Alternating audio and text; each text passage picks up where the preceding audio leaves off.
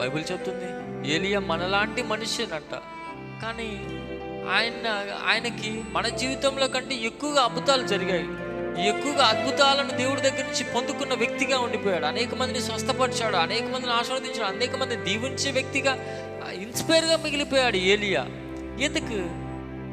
ఆయనకి మనలాంటి మనస్సు లేదు కాబట్టి, ఆయనకి మనలాంటి ఆత్మ లేదు కాబట్టి, ఆయన ఆత్మ మన ఆత్మ ఒకటి కాదు కాబట్టి, ఆయన కలిగి ఉన్నటువంటి కంపాషన్ మనం కలిగి ఉన్నటువంటి కంపాషన్ ఒకటి కాదు కాబట్టి, ఆయన కలిగి ఉన్నటువంటి మాదిరి వేరే, మనం కలిగి ఉన్నటువంటి మాదిరి వేరే, ఆయనకున్నటువంటి తపన వేరే, మనకున్నటువంటి తపన వేరే, ఆయనకున్నటువంటి వాంఛ వేరే, మనకున్నటువంటి వాంఛ వేరే, ఆయనలో ఉన్నటువంటి అభిషేకం వేరే, మనలో ఉన్నటువంటి అభిషేకం వేరే.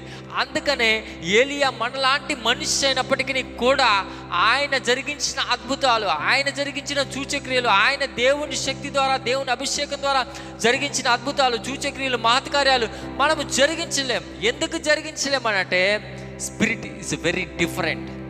Your spirit different, your anointing different, your thoughts different, your everything is the everything everyone is